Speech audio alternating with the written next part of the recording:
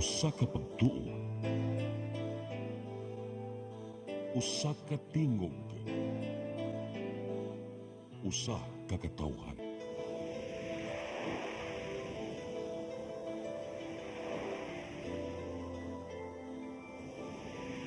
Cebu Catholic Television Network.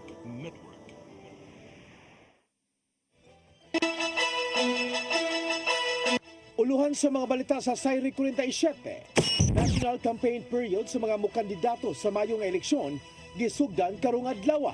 Operation Backlash sa mga campaign posters gisugdan usab. Tulo ka mga nagpailang IT specialist sa COMELEC nga giingong mumaniobra sa resulta sa eleksyon na sikop.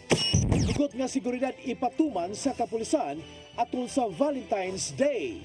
13 anyos nga grade 8 student sa pampublikong tunghaan sa dakbayan sa Lapu-Lapu giingong natagak na angon.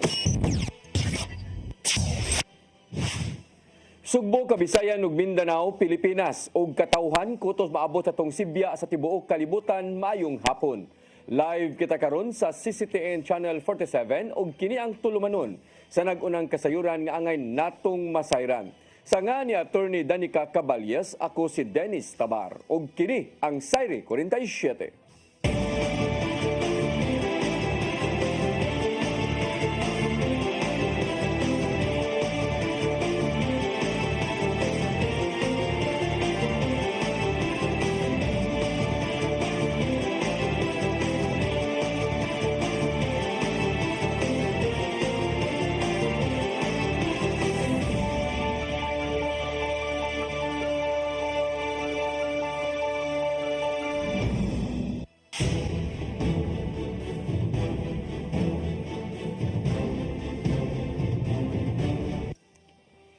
O karon sa kumpletong detalye sa atong mga balita, opisyal nang gisugdan karong adlaw, Pebrero 11, ang national campaign period alang sa ubabot nga Mayo 12 nga eleksyon.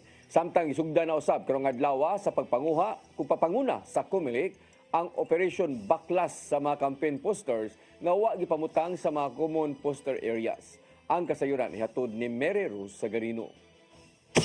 Sa pagsugod sa kampanya sa mga national candidate, nagsugod usab ang Commission on Elections sa ilang Operation Backlash pagtangtang sa mga illegal campaign poster. Sa syudad sa Mandawi, ang COMELEC Local Office nipahigayon sa operasyon sa mga dagkong kadalanan. Kuyog sa COMELEC ang composite team gilangkuban sa Department of Public Works and Highways, Mandawi City Police Office ug Mandawi Enforcement Unit. Nagsugod ang ilang operasyon sa Mandawi City Sports Complex sa Barangay Sentro, paingon sa Uwano Avenue sa karaan nga Cebu International Convention Center, dayon sa North Reclamation Area, MC Briones Street sa Barangay Subangdako ug Barangay Tipolo, AC Cortez Avenue sa Barangay Alang-Alang ug sa UN Avenue padung sa Marcelo Fernan Bridge. Sagad sa gipangbutangan sa mga poster, mga poste sa kuryente ug kahoy. Ang gipangtangtang ang katong wala na butang sa common poster areas o baka oversize o nasubraan ra ang gidakon. Hinuon ang mga poster nga nahimutang sa pribadong establishmento ang wala ra giapil pagtangtang sa COMELEC. Matud ni Attorney Ana Flor Guhilde, ang election officer, nga niabot gyud og usa ka truck ang nakuha nga illegal campaign materials.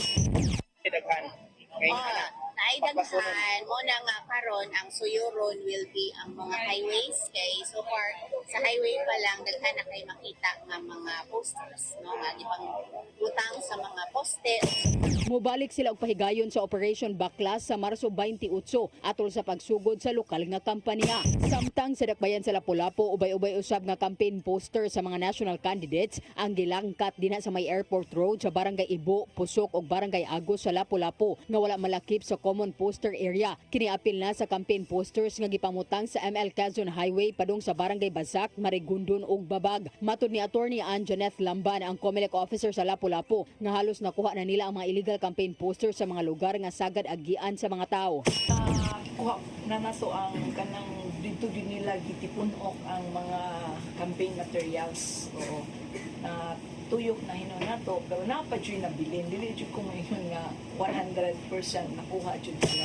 Sa listahan nga gipagawa sa COMELEC, ang poster kinahanglan ibutang lang sa bahin sa Barangay Hall, pampublikong merkado, gym o sports complex, entrance sa kadalanan padung sa barangay ug sa hawan nga mga lugar.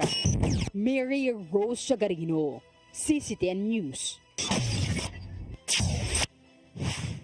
Mayor Raymond Alvin Garcia uyon nga ipatangtang og apil ang ilahang campaign posters nga nagpataka og plastar diha sa karsada. Subay kini sa nahimong inisyatiba sa kagamhanan sa syudad sa Sugbo ngadto sa nitungdan nilang buhatan. Ang kasayuran ihatod ni Cristel Joy Filerca. Uyon mismo si Mayor Raymond Alvin Garcia nga iapil na lang sa paglangkat ang mga campaign posters sa iyaha ug sa ilahang partido. Subay kini sa nahimong kamanduan ngadto sa City Administrator's Office uban ang sa mga hingtungdang buhatan aron tangtangon ang mga election materials nga wala sa saktong butanganan. Hinuon nakita sa mayor nga usa kini kakalapasan sa kasamtangang balaod may labot na ang eleksyon. Maong walay problema niya kung maunay man siya sa nahimong kamanduan. Samtang giawhag niya ang mga kaatbang nga motuman usab sa maong lagda. I would like to very much kanang awhag ang ato ang mga uban kandidato nga if they are going to do it voluntarily themselves to take it down nga sila ang ilang mga tarps o ilang mga posters, then very much welcome. You are helping Cebu City Government. Kini ang gihimong lagda sa Cebu City Government isip pag-abag na usab sa lakang sa Commission on Elections nga Oplan Baklas. Usa sa mga gisubay nila mao ang mga campaign materials nga gipangplastar sa mga punuan sa kahoy, poste sa kuryente ug ubang lugar nga wala sa poster areas. Human sa maong kamanduan sa mayor, gisugdan na sa hingtungda buhatan sa city government ang pagpanangtang sa maong butang. Pinasubay hinuon ang maong lagda sa hangyo gikan sa konseho bahin sa mga campaign materials. Well, si Attorney Batukan, of course, iya ginang itas ang probe, yang itas ang season row sa kanang mga kahoy, and then uban pa nga mga agencies, maybe SESET, Proclean, I don't know, sila na ikuha na, but those are the three nga offhand akong matanaw. Crystal Joy Filerca, CCTN News. Sikop ang tulo ka mga nagpaila nga mga IT specialist gikan sa Commission on Elections sa Kauluhan tungod sa giingong pagtanyag og dakong kwarta aron padag-on ang usa ka kandidato. Gidakop sila karong adlaw sa mga sakop sa PNP CIDG sa Marikina City. Nasuta sa investigasyon nga nitanyag ang mga napakuningnon nga eksperto og 90 million pesos aron padag-on ang usa ka bisan kinsa nga mga kandidato. Matod sa mga dinakpan nga aduna sila'y access sa server aron maniobrahon ang resulta sa umaabot nga eleksyon. Nalusa diha dayon ang operasyon human gidawat sa mga operatiba ang giingong bayad gikan sa mga dinakpan. Na signit sa mga operatiba ang giingong budol money ingon man ID card, cellphone o sakyanan.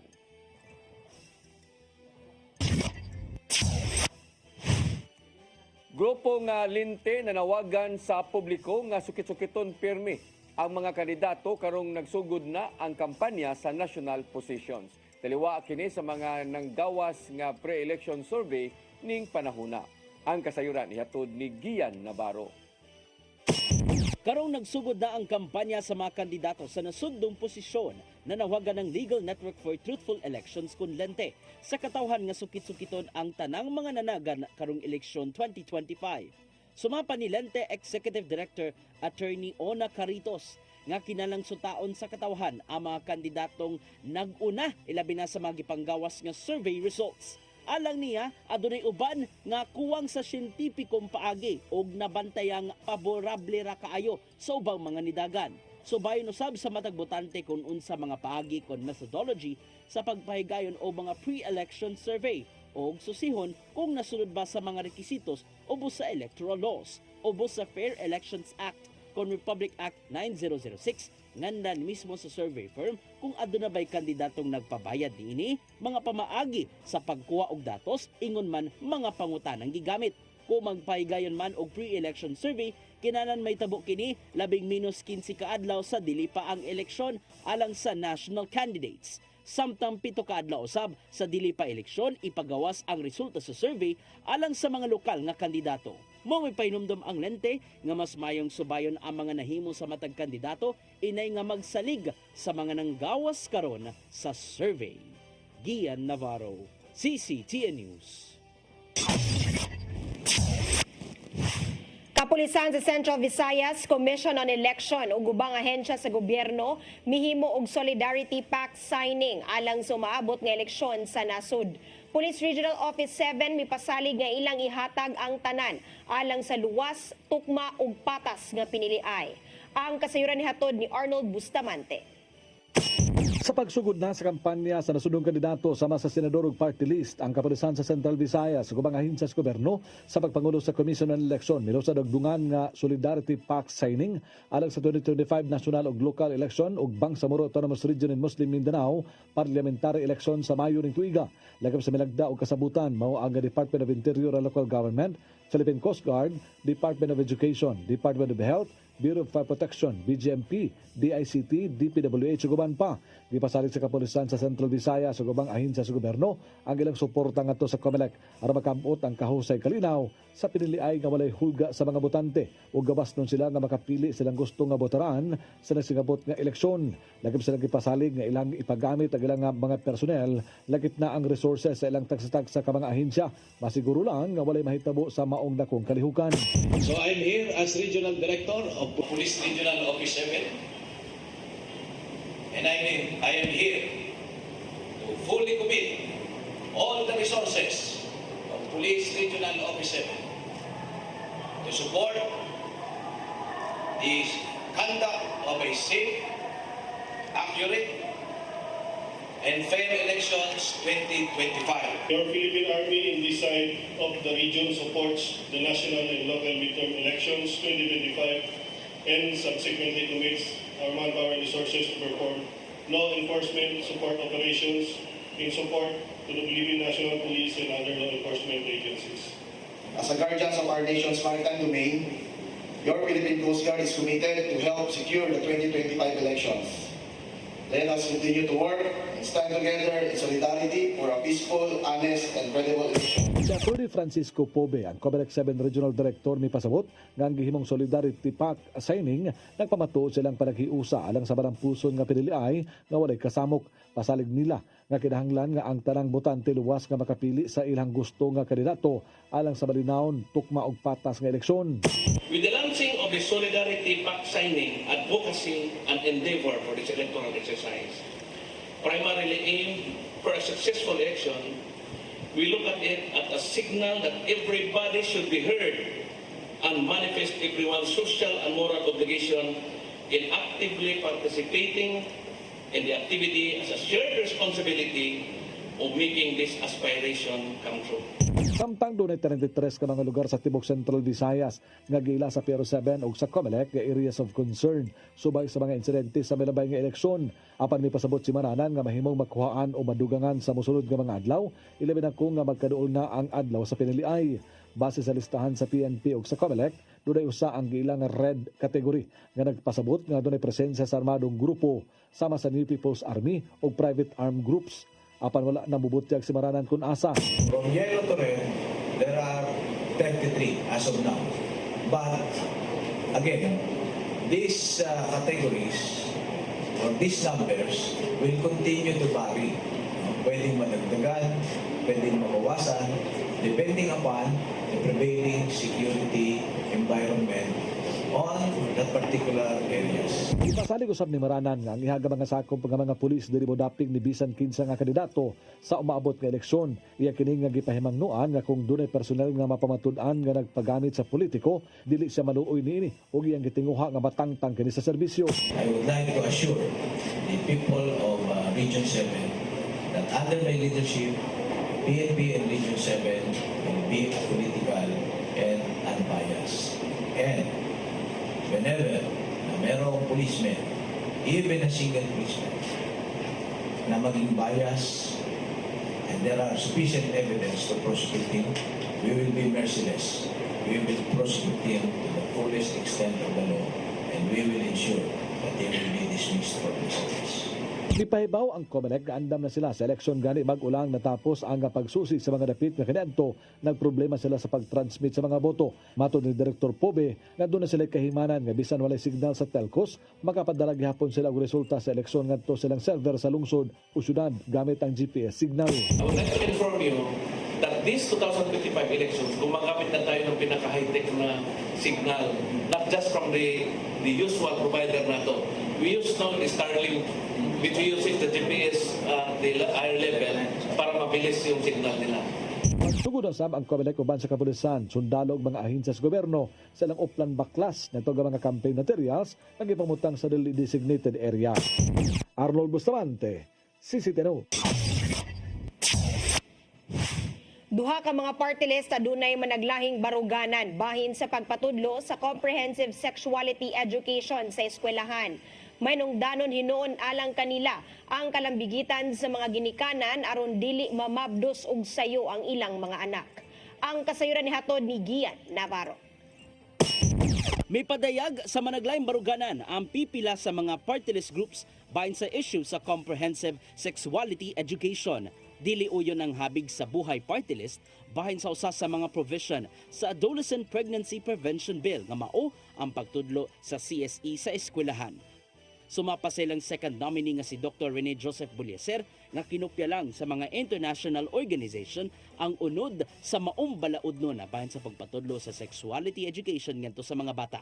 Aron kalikayan ang pagkamabdo sa mga batanon, nakita niya nga mas maayong pinasubay sa kultura ang pagtudlo sa pag-atiman sa lawas, inubanan usab sa paggiya sa pamilya. Pag Filipinos, maghimot ng balaod nun na base sa atong culture o tradisyon na di ta magkumpya sa ubang nasod. I hope personally there must be a sex education program sa atong eskwelahan. Inuunyahanap sa mga grupo ang wala pag-uyon sa pipila ka mga opisyal.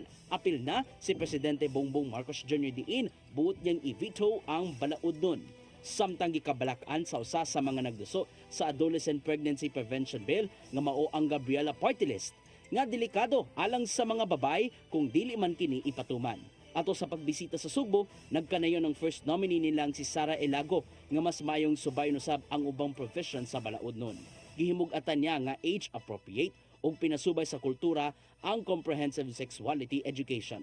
Usa ninimo ang pagbaton og saktong pasilidad nga may dangpanan aron kalikayan ang sayong pagmabdos. It's also important that we look into the other key provisions of the bill, that is the institutionalization of local and hopefully functional na centers for adolescent health. Nagpangulong pa sa legislatibo ang mga balaod nun ug gitun-an sa mga magbabalaod kung padayonon pa ba ang pagpatuman sa CSE o dili. Taliwa kini sa panawagan sa ubang grupo nga hingusgan kini aron di mabutang sa alanganin ang panglawas sa mga batanon. Gian Navarro, CCTN News. Mosunod, hugot nga seguridad ipatuman sa kapulisan atol sa Valentine's Day. Kana og daghan pa mga balita sa pagbalik sa Sayre 47.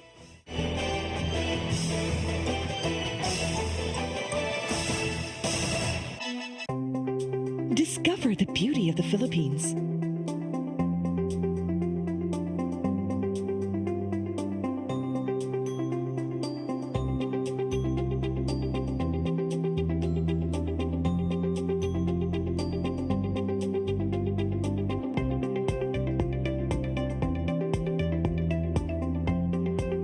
With Philippine Airlines, the country's flag carrier.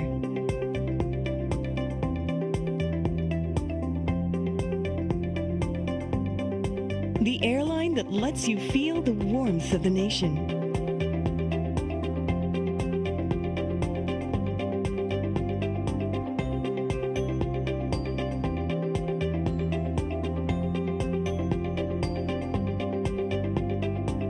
Mabuhay!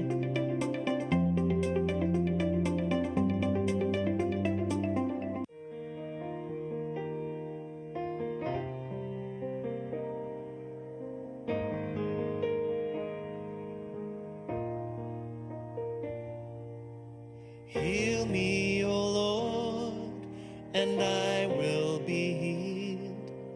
Save me, and I will be saved.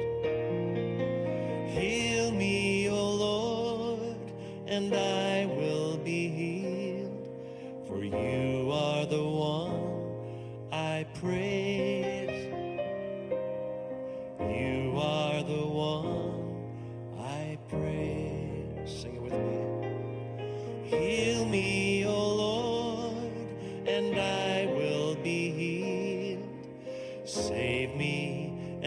I will be saved.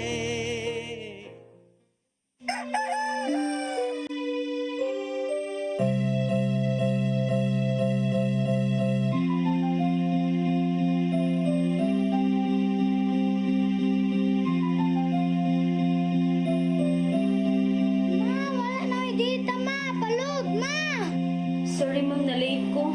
Nangita pa mong gusto para internet sa kong anak ma'am. Ay, wala na yung problema. Pag sinisibo. Sinisibo, sinisibo. For your internet connection. And for the signal of your cable TV. So fast and straight the transmission to your home. Sinisibo. Sinisibo, sinisibo. Offers you to have fiber optics. For your viewing experience, perfect and clear so far. So great and affordable for you to enjoy. Sinisibo. Cebu Television Network Incorporated offers fiber to the home broadband internet bundled with fiber to the home cable TV connection. Cebu Television Network Incorporated with its operation in Metro Cebu and the whole province of Cebu soon. And affordable for you to enjoy. Sinisibo.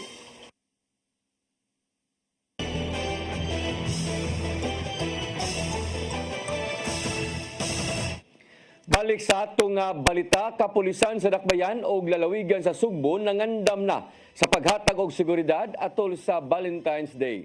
Mga dapit gasuroyanan sa mga manahinugugmaay, bantayan dungan sa panawagan nga dili magpabiktima sa mga mangingilad. Ang kasayuran ihatod ni Arnold Bustamante. Nakabantay ng kapulisan sa Repes Sugbo subay sa kasaulogan sa adlaw sa gugma sa Pebrero 14 nga walay krimen nga mahitabo. Mato ni Police Lieutenant Colonel Maria Teresa Makatangay, Deputy City Director for Operations sa Cebu City Police Office, ngandam ang kapulisan sa Repes Sugbo sa pagresponde kung dunay mo reklamo silang buhataan nga sila na biktima sa usa ka krimen. Labi na kining lab scam nga usa sa hugot nga gimonitor nga hinimuan sa mga kriminal diha sa internet. Dugan ni Makatangay nga lakip sila nga hugot nga gibantayan kining pagpasulod sa mga minor de edad sa mga motel nga tungod ani nakigalayon sila sa management aron mohatag dayon og kasayuran kung dunay mga hamtong nga lalaki nga nagdalag minor de edad nga mga babae. Ilang gilikayan nga dunay mabiktima sa human trafficking nga tungod ani gimanduan na ni Makatangay ang ilang Women and Children Protection Desk nga mohimo sa pagpatrolya. That also mga cases of human trafficking, we will also be monitoring. No, that one will be tasking our WCPD in all our police stations to monitor activities that might lead to that particular crime. Again, hopefully wala tayo matala here in Cebu City, but definitely we will have that type of incident monitored. Nanginahot si Makatangay nga atol sa adlaw sa gugma, magmatngon sila sa ilang pagpakigkita sila nga bag-ong uyab ug mopatigbabaw lang ang gugma sa matag usa. But hopefully this coming February 14, everyone will love responsibly. No nga walay unta ma-involve og any nga mga crimes sa swindling or sa the end of any raid unya nga pagabuhaton. Hopefully wala na yung mahitabo here in Cebu. Inaasa ni Makatangay ang mga beat patrol nga rovingan na mga dapit nga dito mag-date ang mga managhigugmaay aron malikay sila sa krimen. Samtang ang kapulisan sa probinsya sa Sugbo magmonitor sa mga dapit nga suruyanan sa mga managhigugmaay atol sa Valentine's Day. Mato ni Police Captain Don Blaine Tamares, ang Information Officer sa Cebu Police Provincial Office, nga may pagawas o kamanduan si Police Colonel Jovito Atanasio sa tanang police station sa kalungsuran ng mga component cities nga isa kanilang ilang alert status aron nga mabantayan ang ilang jurisdiksyon ug mahatagan usab og seguridad ang mga tao nga magsaulog sa mong adlaw. While this occasion is a time for love and togetherness, we encourage everyone to remain vigilant. Police officers will be on heightened alert, particularly in areas where crowds are expected.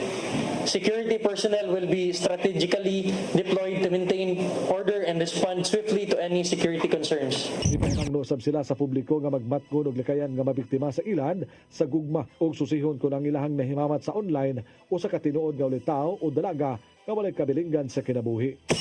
Arnold Bustamante, CCTV. Nakahipos ang Cebu City Treasurer's Office og dulan 1.7 billion pesos nga kinitaan gikan sa mga nagpa-renew sa ilang business permit ding sayong bahin sa tuig. Subapan ni Mayor Raymond Avin Garcia nga mas dako kini og dulan 12% itandi sa susamang panahon sa koleksyon sa miaging tuig.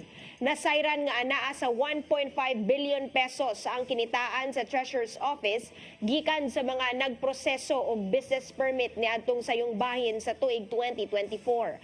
Samtang anaa sa kapin 1,000 ka mga bagong establishmento ang nagkuha na sa ilahang permit aron makapadagan sa ilang negosyo. Alang ni Garcia, usa kini ka pagpamatuod nga nibalik ang naandang ekonomiya sa dakbayan sa Sugbo. I think that's all. And then notable kaayo is that we also more or less have 1,000 new establishments for this year. So it just shows that, nibalik na gid ang atong ekonomiya and people are more confident now in opening businesses. Duha ka motion for reconsideration isang at sa 26 ka mga suspendedong empleyado sa kagamhanan sa syudad sa Mandawi. Ang opisyal nga nalambigit ni depensa nga otorisado sila sa pagpahigayon o demolisyon sa luna diya sa barangay Paknaan hinungdan nga sa ilang nga pagkasuspenso. Ang kasayuran ihatod ni Mary Rose Sagarino. Gikatakdang moduso og motion for reconsideration ang 26 ka mga empleyado kalabot sa desisyon sa Office of the Ombudsman pagsuspenso kanila sud sa siyam ka buwan nga walay sweldo. Si Attorney Julio Cesar Intise ang Mandawi City Assessor nga gisuspenso niingon nga gipatuman ang suspension kagahapon sa udto. Duha ka motion for reconsideration ang isangat nila sa ilang 26 ka mga empleyado ug alang sa iyang kaugalingon. Sa wala pa nahimong City Assessor, si Intise kanhi Assistant City Administrator, Assistant Legal Officer o Assistant Assessor ato sa paghitabo sa demolition sa Barangay Paknaan. Sa ilang motion for reconsideration, gihimugatan nga legal o otorisado ang gihimo nga demolition ni adtong tuig 2023. We actually are authorized under the memorandum issued by the City Administrator's Office. In fact, if we're going to peruse the notice to demolish itself, it will show there that it was in fact issued pursuant to the memorandum issued by the Office of the City Administrator. We are confident that with the presentation of this document, the Ombudsman will change its mind. Dugang paniintisi nga gani ang syudad naghatag sa gikinahanglan nga mga ekipo. Lakip na ang bulldozer og migamit sa pondo alang sa operasyon nga nagpaligon sa pagkalihitimo sa demolisyon. Sa resolusyon sa Ombudsman, kini nag-ingon nga ang 26 ka mga empleyado sadaan sa conduct prejudicial to the best interest of service tungod kay kuwang sila sa otoridad sa paghimo sa demolisyon.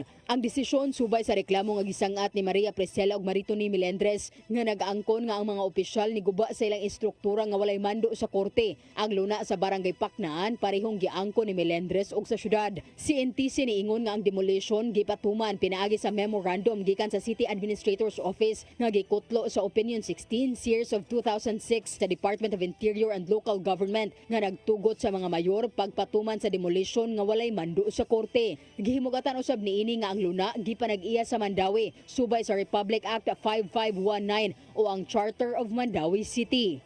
Kanus man na nahitabo na ang nag-abang nahimong tag-iya. Unsa man ni rent to own.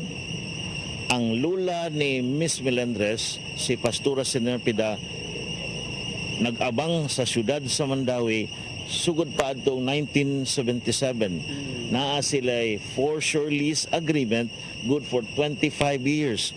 Pag 2002, na-expire na and it was not renewed. Mary Rose Sagarino, CCTN News.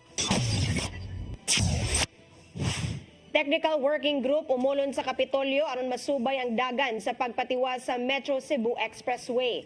But nilang ipadali ang maong mega infrastructure project uban ng pribadong sektor. Ang kasayuran ni hatod ni Gian Navarro. Ipaagi sa kamanduan ni Gobernador Gwendolyn Garcia ang pag-umol sa Technical Working Group nga musubay sa pagpatiwas sa Metro Cebu Expressway. Langkuban kini sa pipila ka mga opisyal sa Kapitolyo. public sector o private partner nilang aksyon na global gikan sa nasod nga Espanya. Subay kini sa tinguha nga padalion na ang maong mega infrastructure project nga naninguhang mapadali ang biyahe gikan sa Dakbayan sa Naga paingon sa Dakbayan sa Danao. Usa sa mga subayonon mao ang mamahimong dagan sa proyekto nga kinahanglan masunod sa mga environmental laws o guban pa mga lagda gikan sa gobyerno. Because later on, this is the organizational meeting. Later on, pwede but every representative should be given full authority to decide. We will not accept any response from a representative saying, we will first consult with my boss because you're wasting our time. Ito ang usab sa managlaing habig ang mamahimong dagan sa ekonomiya, pinaagi sa mong istruktura, ingon man ang trapiko sa kalsada. Hinuon magkita pirmi ang umulong technical working group nga mosubay sa nahimong kalambuan sa proyekto sa pagdagana sa panahon. Each and every one of you is playing a vital role in this history-making project that will benefit generations and generations to come.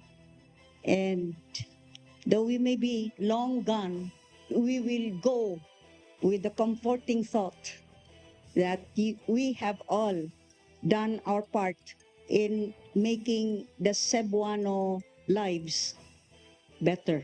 Gipatuwas mismo sa Kapitolyo ang Metro Cebu Expressway nga karon pinasubay usab sa Public-Private Partnership kon PPP.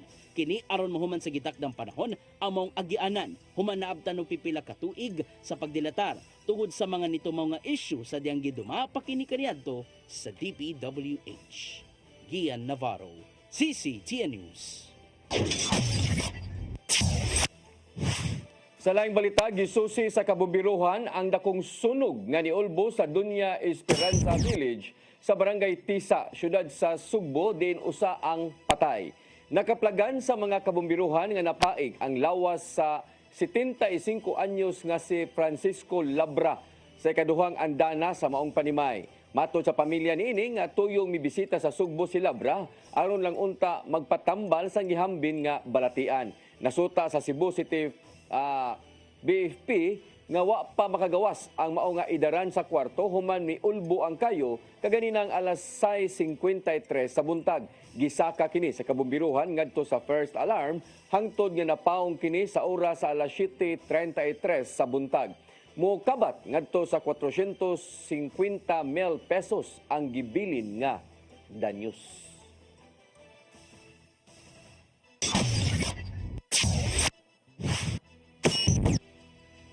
Mosunod. 13 anyos nga grade 8 student sa pampublikong tunghaan sa Dakbayan sa Lapu-Lapu giingong natagak na angol. Kanaog daghan pa mga balita sa pagbalik sa Sayre 47.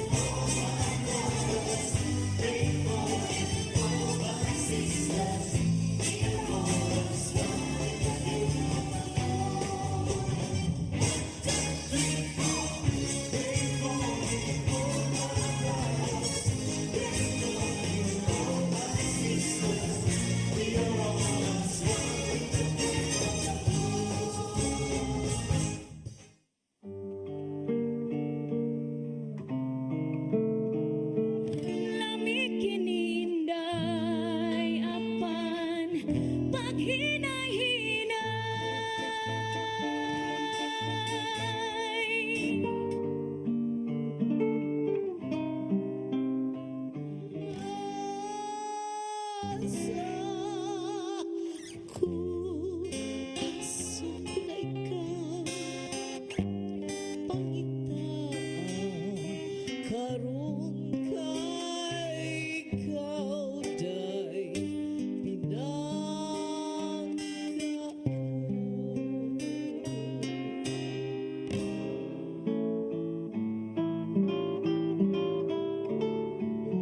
Hain ka na, pinangga ko, uhain ka.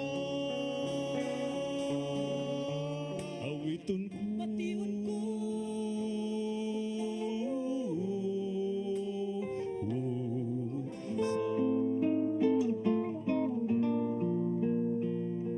Ihay Pinay namin yo og hapon, hapon nga tigulang og hubakon. Sugod siya kay iya lang hokhokon, og iya lang oto-otoon. Ay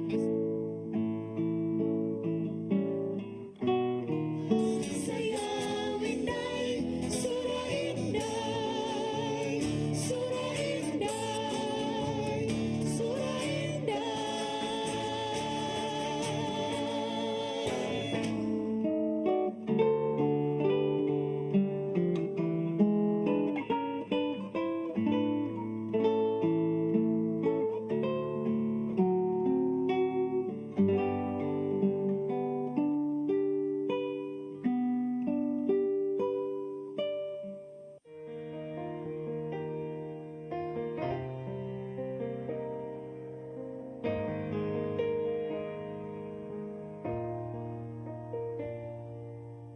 Heal me, O Lord, and I will be healed. Save me, and I will be saved. Heal me, O Lord, and I will be healed. For you are the one I praise. You are the one I praise. Sing it with me. Heal me, O Lord, and I will be healed. Save me, and I will be saved.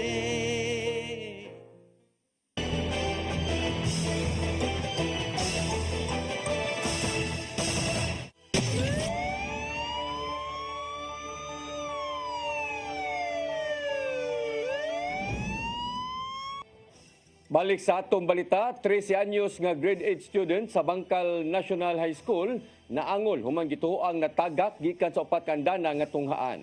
Ang kasayuran ihatod ni Cristel Joy Filerca. Grabe na balik. Nagpaalim karon sa Tambalanan ang usa ka grade 8 student nga lalaki nga nagtungha sa usa ka tunghaan sa Dakbayan sa Lapu-Lapu human kini gituohang natagak gikan sa 4-story building pasado alas 6 kagabi. Matod sa Principal 4 nga si Rowena Sagarino, ang mong tunghaan adunay kapin 3,000 ka mga tinun-an sa junior high school ug nag-implementar sila og duha ka shift sa klase. Ang grade 7 o grade 9 magsugod sa alas 6 sa buntag hangtod 1:30 sa hapon. Samtang ang grade 8 o grade 10 mao ang second shift ug magsugod ang ilang klase 1:30 sa hapon hangtod na sa alas 8:45 sa gabi. Apan kagahapong adlaw, kutob ra unta ni alas 5:30 sa hapon ang schedule sa mong tinun-an tungod kay ikaduhang adlaw man sa ilang periodical test. Maong sa oras sa pagkahitabo, sagad sa nahabilin sa mong tunghaan mga magtutudlo na lang o pipila ka mga tinun-an. Natingala na lang sila nga kalit na lang silang nakadungog og lagubo.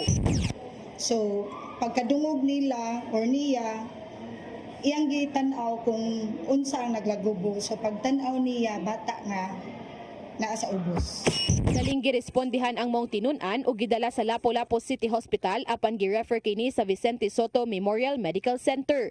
Wala pa masusi kung unsa nga andana kini natagak ug padayon pang gisubay ang mga CCTV footage sa tunghaan aron masuta kung unsa gud ang tinuod nga nahitabo ilabi na nga walay bisan usa nga nakakita sa insidente. Amo ari gyung ikasulti na ay nahug. Gikan maybe sa kandian ay nahug diri nga building.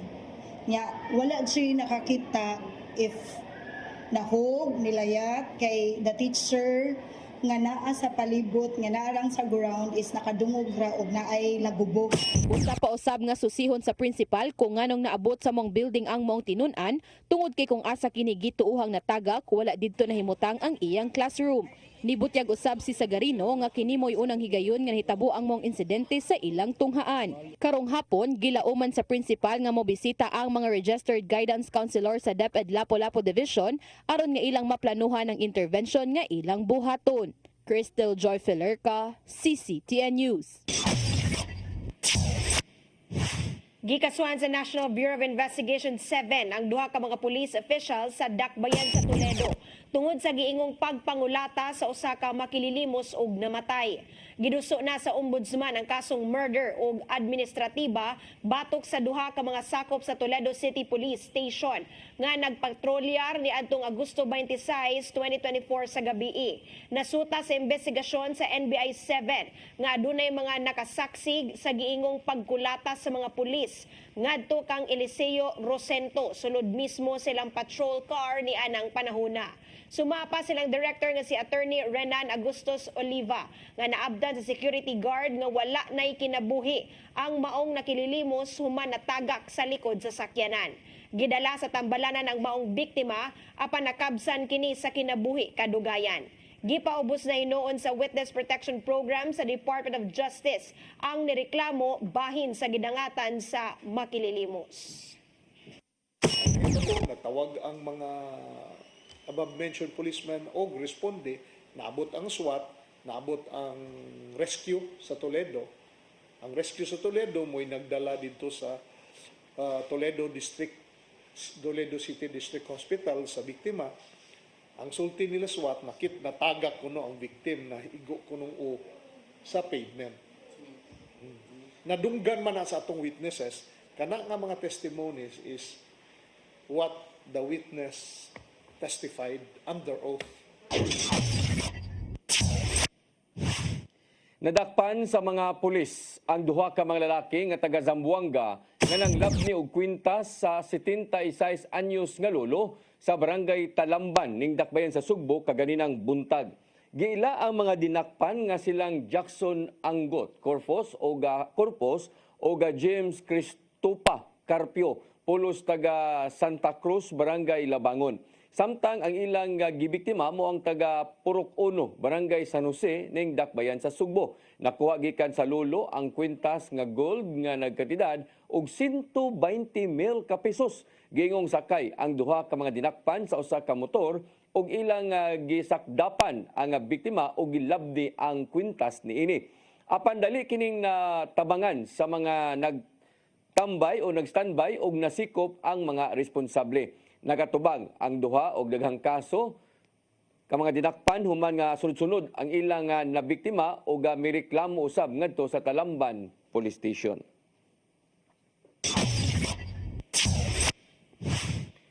Mo kadto naglangkob sa atong mga balita sa Sayre 47. Ako si Dennis Tabar. Ako si Danica Caballes, sangtod ugma sa inyong paboritong tulumanon.